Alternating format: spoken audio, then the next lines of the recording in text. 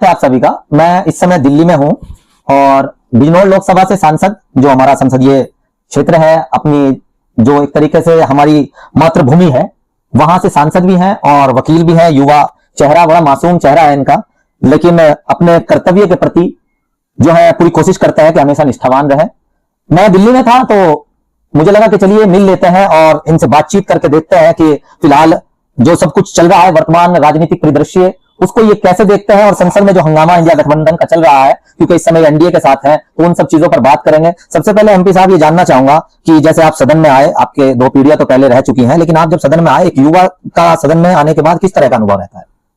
देखिए, बहुत बड़ी एक जिम्मेदारी का एहसास, और जो परंपराएं हैं भारतीय संविधान की, भारतीय संसदीय प्रणाली की जो परंपराएं हैं, उनको जिम्मेदारी से निर्वहन करें, एक उसकी भी जिम्मेदारी हम सब ने समझी। और एक बहुत ही अद्भुत, और मैं फिर कहूंगा एक जिम्मेदारियों से भरा, जो एक 17 लाख लोग चुन के जब भेजते हैं आपको, तो उनकी आकांक्षाओं पे, उनके अधिकारों के लिए लड़ाई लड़ना, उनकी आकांक्षाओं पे खड़े उतरना एक बहुत बड़ा लक्ष्य होता है। परमपिता परमेश्वर के आशीर्वाद से और बिजनौर लोकसभा क्षेत्र के मेरे सम्मानित मतदाताओं के आशीर्वाद से मैं एक एक दिन, एक एक मिनट, हर पल उस जिम्मेदारी का निर्वहन करने का प्रयास करता हूं। अभी फिलहाल जो सत्र चल रहा है, बड़ा गहमा गहमी हंगामा, सुबह से हंगामा आज 12 बजे तक के लिए स्थगित हो गया था। आप यहाँ से किस टाइम निकले थे और किस टाइम पहुंचे थे? कैसा माहौल था? देखिए, कल तो देर रात से 11:15 बजे तक सदन की कार्रवाई चली।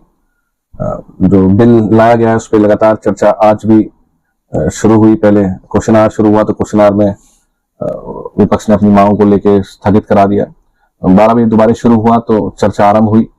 चर्चा के बीच में कुछ ऐसे अनपार्लियामेंट्री शब्दों का इस्तेमाल हुआ विपक्ष द्वारा, जिस कारण से एक बार फिर जो रिदम था सदन की कार्रवाई का वो बिगड़ गया और कल तक के लिए स्थगित हो गई। तो हर प्रत्येक व्यक्ति चाहता है कि उसका सांसद परफॉर्म करे, बोले, उनकी बातों को उठाए, और हर कोई देखना चाहता है इस आधुनिक युग में विरोध करने और नकारात्मक राजनीति को भी लोग समझते हैं। तो आपके चैनल के माध्यम से भी, आपके माध्यम से भी हम अपील करते हैं कि नकारात्मक राजनीति ना करें, सकारात्मक खड़े होकर बोलें। ये कैमरे की ताकत, ये माइक की ताकत बहुत बड़ी ताकत है।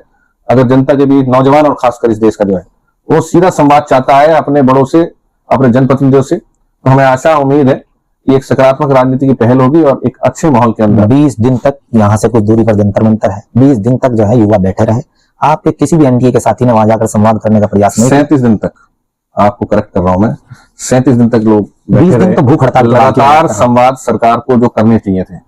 और हमारे सबसे बड़े मंत्री जो है आदरणीय जेपी नड्डा जी, जितेंद्र सिंह जी, वो लगातार प्रयास करते रहे कि किसी भी तरह की अव्यवस्था ना हो, क्योंकि नौजवान बच्चे हमारे हैं।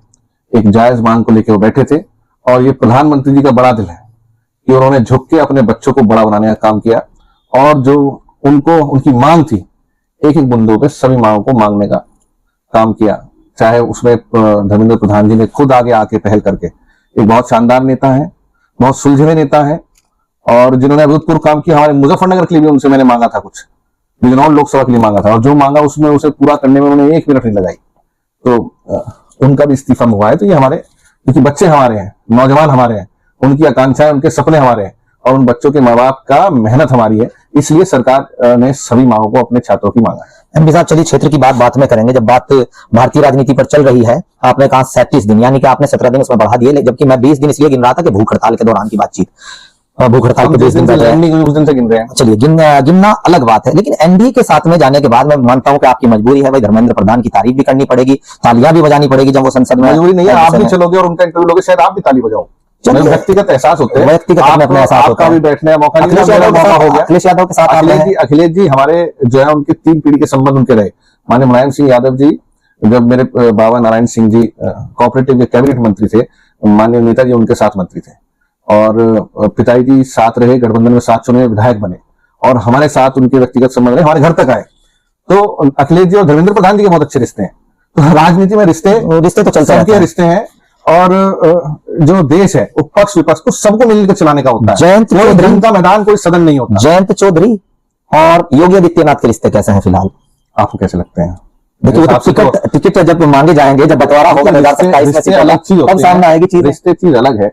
आप रिश्तों का पैमाना अगर टिकट देखेंगे तो सारी दुनिया के रिश्ते उलझे हुए मिलेंगे आपको। सरकार आपके और अखिलेश यादव जी के जो जयंत और अखिलेश यादव जी के जो रिश्ते खराब हुए थे टिकट को लेकर हुए थे, अगर आप रिश्तों को जोड़ोगे टिकटों से तो वो सब उलझे हुए मिलेंगे। मैंने तो कह दिया पहले ही।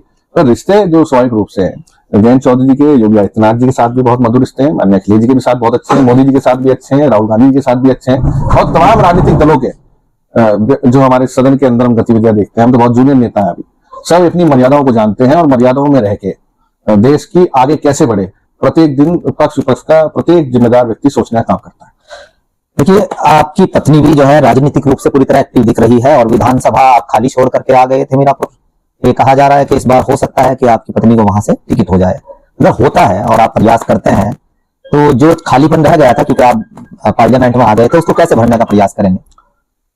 देखिए, खालीपन नहीं है, हमारे फिलहाल भी विधायक हैं वहां से, हमारे आदरणीय निखिलेश पाल जी विधायक हैं।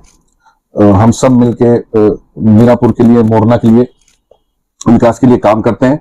मैं अपनी पार्टी का एक अनुशासित सिपाही हूं, जो मुझे समय समय पर जिम्मेदारी मिलती है मैं उसका निर्वहन करने का प्रयास करता हूं। जितनी पूर्व में मिली उनके लिए अपने नेताओं का धन्यवाद।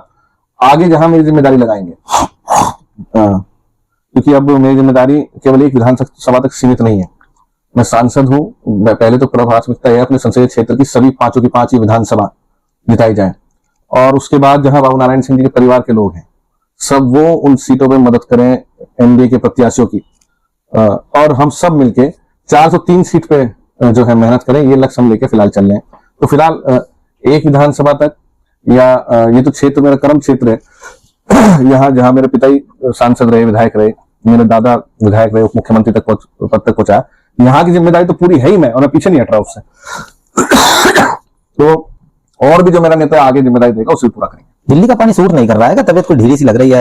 हाँ, 3-4 दिन से बुखार है लगातार, वायरल का प्रकोप है। फिलहाल चल रहा है। आप भी हमारे पास बैठे हो तो कुछ ना कुछ लेके जाओगे? नहीं, हम तो आपसे सिर्फ एक चीज चाहते हैं एमपी साहब। देखिए, आपको जिस उम्मीद और जिस तरीके से लोकसभा बिजनौर ने जिताया, बहुत सारी चीजें हैं, आप कर भी रहे हैं प्रयास। देखिए, सबसे मैं एक नाराजगी हमेशा से मेरी रही है, क्योंकि मैं भी आपका वोटर, आपके लोकसभा क्षेत्र का वोटर हूं, तो वो मेरी अपनी है। नाराजगी ये रही कि अचानक से सेक्युलर राजनीति से उस तरफ, एनडीए की तरफ चले जाना। वो अवसरवादी राजनीति हो सकती है या आपकी अपनी उसके पीछे सोच हो सकती है, लेकिन उससे फायदा तो हुआ है। एक फायदा ये हुआ है कि मोरना मेल का विस्तारीकरण आपने कराने का प्रयास किया और हुआ भी, और भी कई कार्य आपके द्वारा किए गए, लगातार आप बहुत संवाद भी करते हैं। लेकिन सबसे बड़ा सवाल यह है कि जो इस समय उपेक्षित समझा जा रहा है, मुस्लिम वोटर्स अपने आपको उपेक्षित समझता है और आपसे हमेशा जुड़ा रहा आपके परिवार से, उसको कैसे विश्वास दिलाएंगे आप कि आगे वो एनडीए को वोट करें, यानी आपको वोट करें? देखिए, आपका बहुत अच्छा प्रश्न है, क्योंकि आप भाई हो, आप और हम साथ पड़े भी हैं।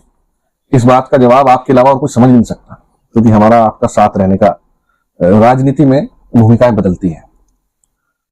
हम चुनाव में शुरुआत आदरणीय चौधरी साहब ने रही, उसके बाद क्या परिस्थिति हुई, राजनीतिक फैसले सारे अपने हाथ में नहीं होते। सबसे पहली बात नंबर 1, हम अभी बहुत, मेरी भी सीमाएं हैं, और जितना आप जानते हैं कि जितना बड़ा आपका प्यार है, कि आप बड़ा नेता मानते हैं, पर कुछ निर्णय सारे हमारे हाथ में नहीं होते।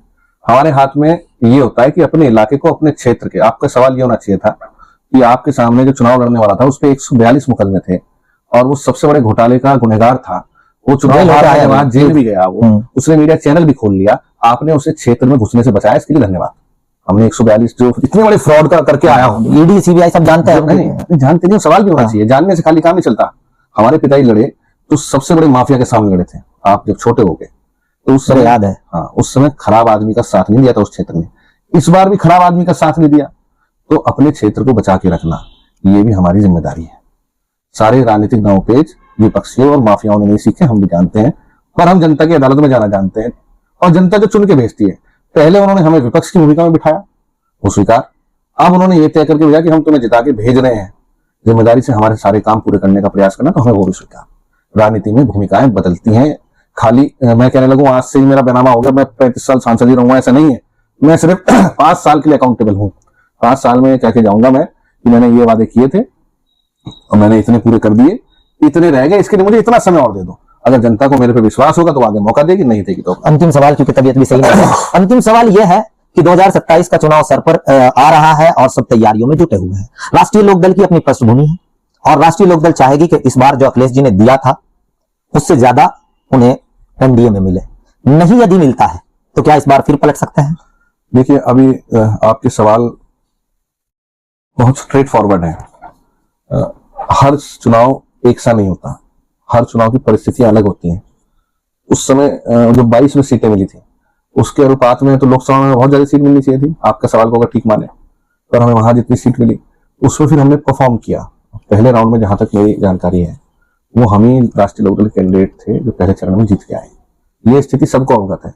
अगर गठबंधन को राष्ट्रीय लोकदल से लाभ लेना होगा, अगर गठबंधन को एनडीए गठबंधन में जो घटक दल है उसके साथियों को, उसके कार्यकर्ताओं को साथ लेके आगे बढ़ने को विनिंग फैक्टर बनाना होगा, तो सीटें अधिक मिलेगी।